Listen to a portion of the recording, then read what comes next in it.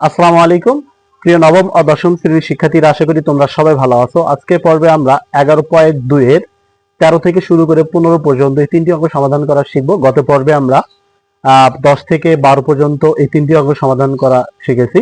তো এটা হচ্ছে আমাদের দ্বিতীয় পর্ব। তোমরা 13 নম্বর অঙ্কটি দেখতে পাচ্ছ স্ক্রিনে। তো এখানে বলা আছে যে একটি ত্রিভুজের পরিসীমা দেওয়া আছে 45 সেন্টিমিটার, বাহুগুলোর দৈর্ঘ্যের অনুপাত 3:5:7 হলে প্রত্যেকটা বাহুর পরিমাণ আমাদেরকে নির্ণয় করতে হবে। তবে খুবই সহজ একটি অঙ্ক, তোমরা দেখো আমরা কিভাবে সমাধান করি। তো এখানে যেহেতু আছে 13 নম্বর, আমরা 13 নম্বর দিয়ে দেবো। ওকে, তো এখানে ত্রিভুজের পরিসীমা কত দেওয়া আছে সেটা আগে লিখবো। তাহলে লিখবো আমরা দেওয়া আছে ত্রিভুজের পরিসীমা।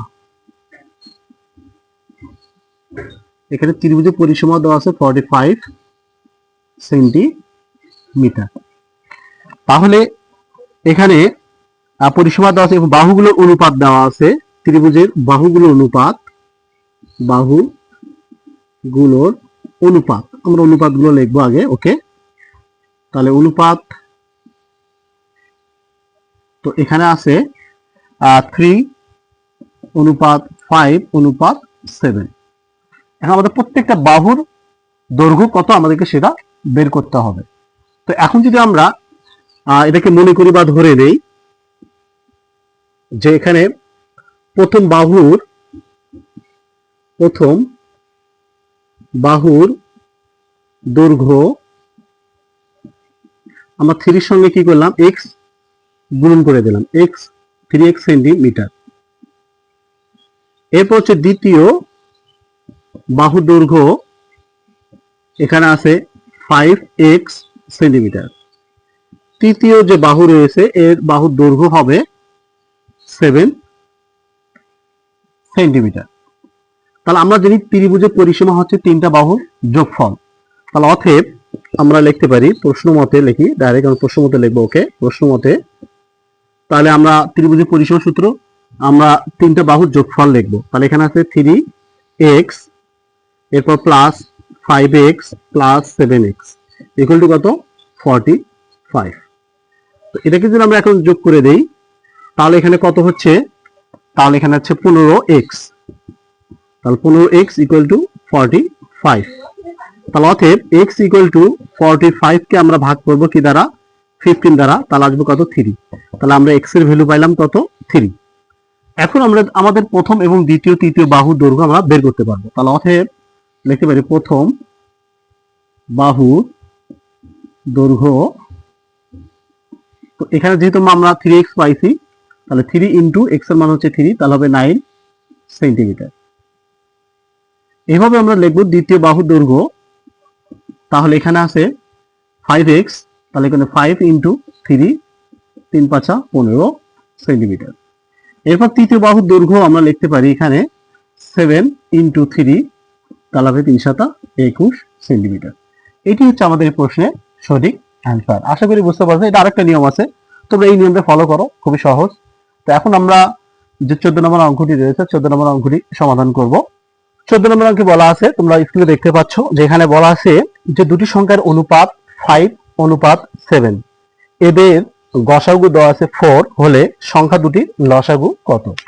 তাহলে আমাদের সংখ্যা দুটির লসাগু আমাদের লসাগু বের করতে হবে। এখানে সংখ্যা দুটির গসাগু আছে 4। তাহলে এখানে আমরা লিখতে পারি দেওয়া আছে সংখ্যা দুটির অনুপাত,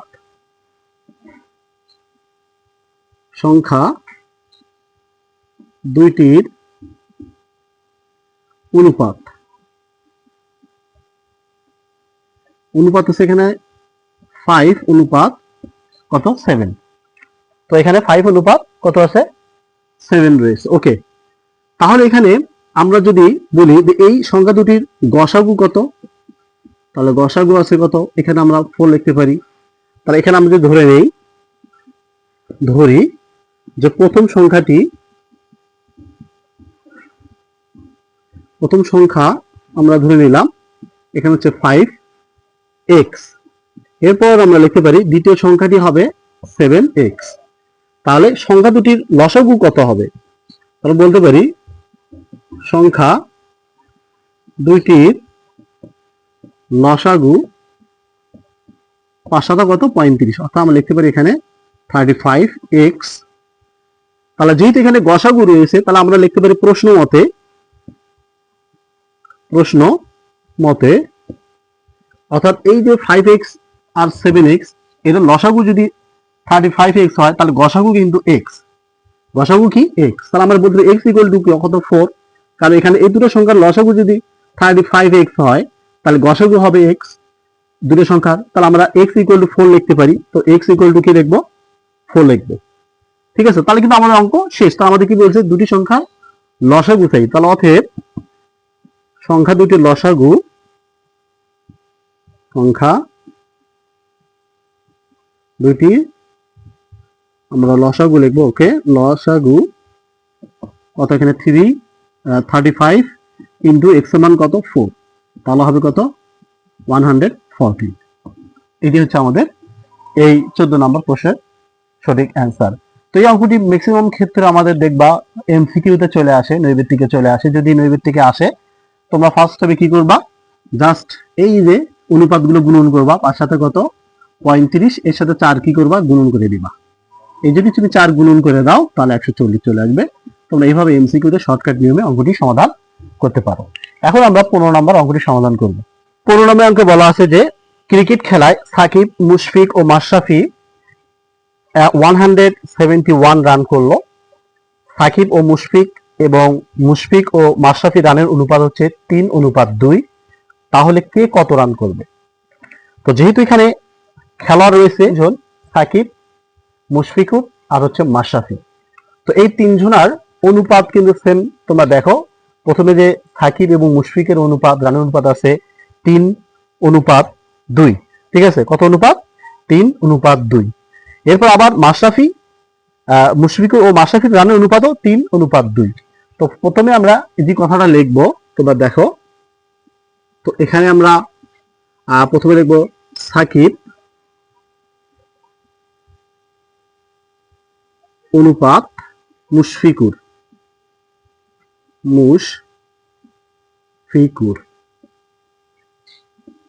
এর অনুপাত কত আছে 3:2। এরপর মুশফিকুর আমরা এখানে একটু ফাঁকা দেব, ওকে।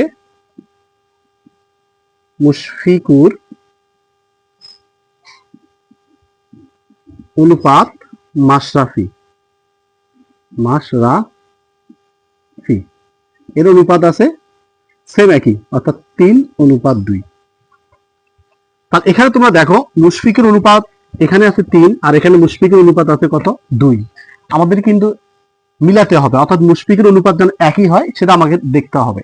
তো এই কারণে আমরা কি করব, এখানে যে মুশফিকের অনুপাত আছে অর্থাৎ এখানে মুশফিকের অনুপাত 3 আছে, এই 3 দ্বারা আমরা প্রথমে এই অনুপাতকে গুণন করব, আর এই মুশফিকের এখানে যে 2 অনুপাত আছে এই 2 দ্বারা আমরা এই অনুপাতকে গুণন করব।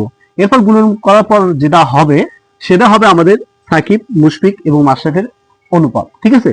তো এখানে মুশফিকের অনুপাত কত 3 দ্বারা আমি এটাকে গুণ করি, তাহলে 3 গুণন 3, এরপর অনুপাত 2 গুণন কত 3, তাহলে সমান সমান কত হবে 3 3 9, অনুপাত 3 গুণ 6। তো এখানে আমরা কি করব, এই জায়গায় তো সেম একই ভাবে এখানে মুশফিকের অনুপাত কত হচ্ছে 2, এই 2 দ্বারা আমরা এই দুটো অনুপাতকে গুণন করব। তাহলে 3 গুণন 2 অনুপাত আবার 2 গুণন 2, 2 গুণন 2, তাহলে এখানে কত হচ্ছে 3 গুণ 6 অনুপাত 2 4। তাহলে এখন তোমরা দেখতে পারো এখানে মুশফিকের অনুপাত কিন্তু 6 আর এখানেও মুশফিকের অনুপাত কত 6, তাহলে মুশফিকের অনুপাতটা কি হয়ে গেল মিল হয়ে গেল। আর এখানে সাকিবের 9, মুশফিকের হচ্ছে 6 আর মাশরাফির হচ্ছে কত 4।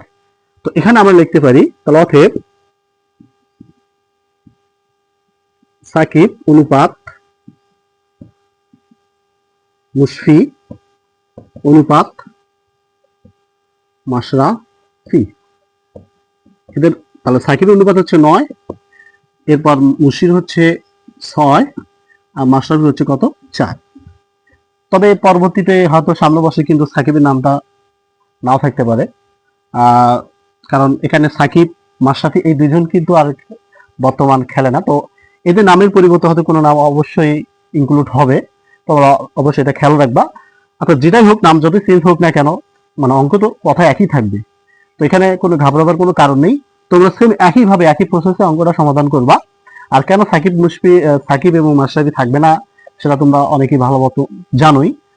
কারণ সাকিব তারা কোন দলের বা মাশরাফি কোন দলের, এরা বাংলাদেশের সকল মানুষই জানে। তো আমরা ওদিকে আর কথা বলবো না। তাই হোক, যদি নাম চেঞ্জ হয় কিন্তু অঙ্ক কিন্তু নিয়ম চেঞ্জ হবে না, ঠিক আছে? তো এখন যদি আমি বলি যে এই যে অনুপাতগুলো, এই অনুপাতগুলো যোগফল করব আমরা, তাহলে অনুপাতগুলোর যোগফল তাহলে এখানে হচ্ছে 9 + 6 + 4 = 19, ঠিক আছে? তাহলে এখন কে কত রান করলো তোমরা বের করতে পারবা, কারণ সকলেই কিন্তু, অর্থাৎ এই যে তিনজন খেলোয়াড় রয়েছে, এই তিনজন খেলোয়াড় কিন্তু রান করে 171 রান করে। তাহলে এখন আমরা বলতে পারি সাকিব রান করে, তাহলে এখানে লিখতে পারি সাকিব রান করে, তো এখানে কত 171 এর কত আমরা এখানে ভাগ দিয়ে দেব, কারণ এখানে সাকিবের যে ভ্যালুটা রয়েছে 9 আর মোট যোগফল কত 90। তো এটার দ্বারা যদি আমি এটাকে ভাগ করি তাহলে 9 বার যায়, তার 9 9 কত 81। সাকিবের রান হচ্ছে 81। এরপর দেখি মুশফিকুর কি করে। মুশফিক খুব ভালো একজন খেলোয়াড়, আমার খুব পছন্দের একজন খেলোয়াড় মুশফিকুর রহমান।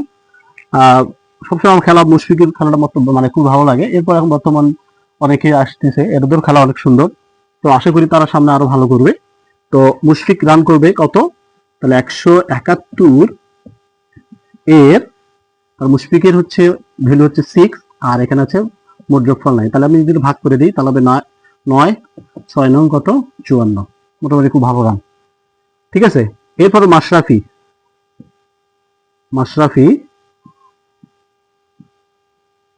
তো মাশরাফি দেখি কত রান করে 171 এর, তাহলে মাশরাফি হচ্ছে ভ্যালু হচ্ছে 4 আর যোগফল কত 19। তো কাটাকাটি যদি করি তাহলে 9 4 9 কত 36।